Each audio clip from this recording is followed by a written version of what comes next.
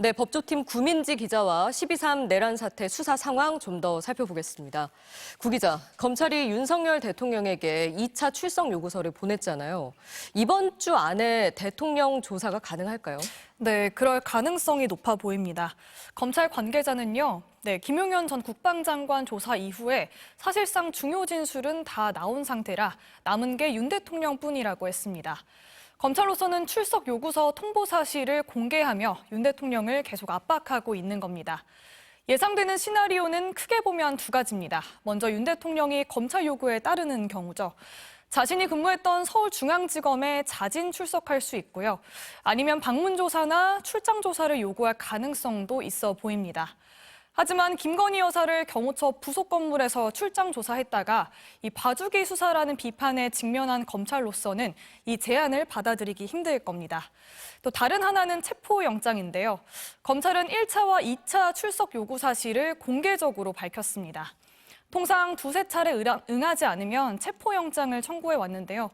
검찰 관계자는 출석 요구서를 몇 차례 더 보낼지 밝히지는 않았지만 절차를 하나씩 진행하고 있다고 했습니다. 이 통상적인 절차를 따르면 이번에 불응하면 바로 체포에 나설 수 있습니다.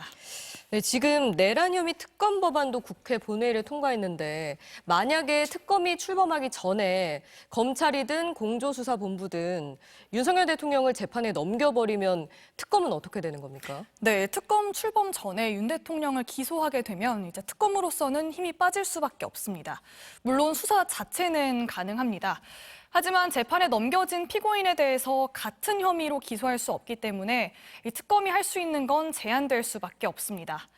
또 내란죄에 대한 검찰의 수사권 논란도 말끔히 정리가 안 된 점, 그리고 수사기관들 간 수사 주도권 싸움을 정리할 주체가 특검밖에 없다는 점에서 이 검찰 내부에서도 윤 대통령 기소 여부를 결정하는 주체가 검찰이 아닌 특검이어야 한다는 의견이 나오고 있습니다.